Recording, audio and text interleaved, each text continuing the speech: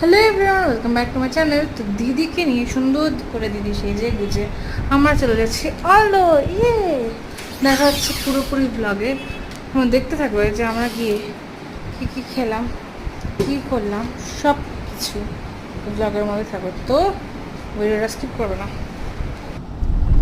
উত্তরপাড়া থেকে আমরা ক্যাব নিয়ে চলে যাচ্ছিলাম সেক্টর 1-এ আলদো ক্যাফে। আর বাইরে ছিল প্রচণ্ডই গরম। এই প্রচণ্ড গরমে আমরা যাচ্ছি কন্টিনেন্টাল খেতে।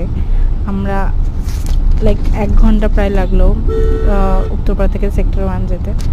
গিয়ে আমরা আলদো ক্যাফেতে পৌঁছে দেখলাম অ্যাম্বিয়েন্সটা খুবই সুন্দর, প্রপারলি কন্টিনেন্টাল ফুড পাওয়া যায়।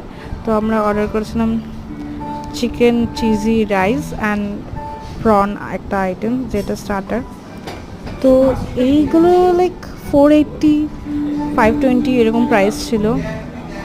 একটু ওভার প্রাইস লেগেছে, লাইক যদি আমি ফুড অনুযায়ী ডিপেন্ড লাইক মেজার করি দেন একটু ওভার প্রাইস, বিকজ এতটাও টেস্টি ছিল না যেরকম অ্যালদো নিয়ে সবাই বলে। তো প্রেজেন্টেশন ভালো ছিল বাট টেস্টি অতটাও ছিল না।